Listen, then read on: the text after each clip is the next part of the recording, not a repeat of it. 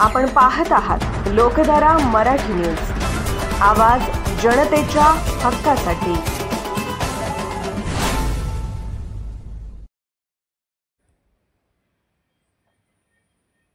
जत शहरात सुसज्ज बसस्थानक बांधण्यासाठी जनसुराज्य शक्तीचे तालुकाध्यक्ष बसवराज पाटील यांनी थेट मंत्रालय गाठले।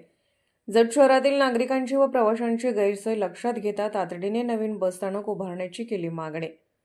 जत शहरातील प्रवाशांना दररोज होणाऱ्या गैरसोयीमुळे अखेर जनसुराज्य शक्ती पक्षाचे जत तालुका अध्यक्ष बसवराज पाटील यांनी थेट राज्याचे मुख्यमंत्री देवेंद्र फडणवीस यांना भेटून निवेदन दिले आहे। जत शहरात आधुनिक, स्वच्छ व सर्व सुविधांनी युक्त असे सुसज्ज बसस्थानक उभारण्याची मागणी केली आहे। जत शहर हे तालुक्याचे प्रमुख केंद्र असून दररोज हजारो प्रवासी बस सेवा वापरतात।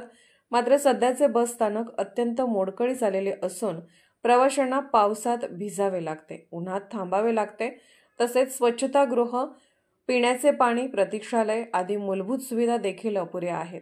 प्रवाशांचे हाल टाळण्यासाठी व जत शहराची वाढती लोकसंख्या, व्यापारीदृष्ट्या वाढती गरज लक्षात घेता इमारतीसह सुसज्ज बसस्थानक उभारणे ही काळाची गरज आहे, असे पाटील यांनी आपल्या निवेदनात नमूद केले आहे। या मागणीस मुख्यमंत्री यांच्याकडून देखील मोठा प्रतिसाद मिळाला असल्याची माहितीही पाटील यांनी दिली आहे।